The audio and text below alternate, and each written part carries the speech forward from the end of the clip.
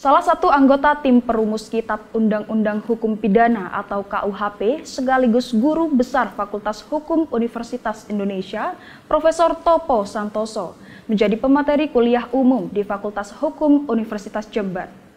Ia juga memaparkan peluang dan juga tantangan sebelum diterapkannya KUHP baru bagi sistem peradilan tanah air.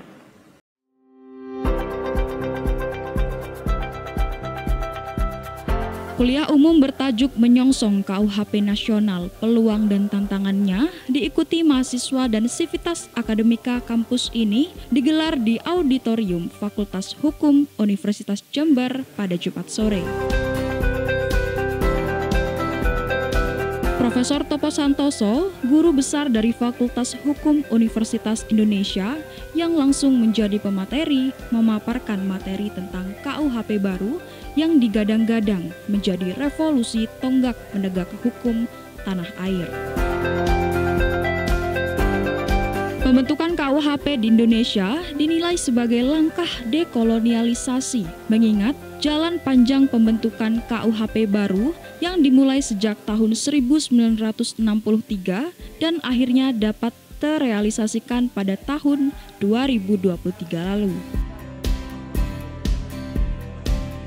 Salah seorang peserta, Muhlisin, mengaku kuliah umum kali ini berguna dalam rangka sosialisasi dan ajang evaluasi bersama penegakan hukum di Indonesia. Pria yang juga tenaga pengajar di Fakultas Hukum Universitas Jember itu menilai sudah saatnya Indonesia memiliki penerapan aturan pidana sesuai prinsip sendiri, mengingat KUHP yang berlaku saat ini masih merupakan warisan kolonial zaman Belanda. Seiring berjalannya perubahan dari KUHP yang lama ke KUHP yang baru, itu kan terjadi pergeseran paradigma. Bahkan bisa dianggap tadi terjadi perubahan paradigma kalau Prof. Topo sampaikan gitu. Dengan perubahan paradigma ini tentu hukum formilnya itu harus mengikuti. Profesor Topo Santoso, pemateri kuliah umum kali ini menegaskan terdapat peluang dan tantangan besar yang harus dihadapi dalam penerapan KUHP yang baru.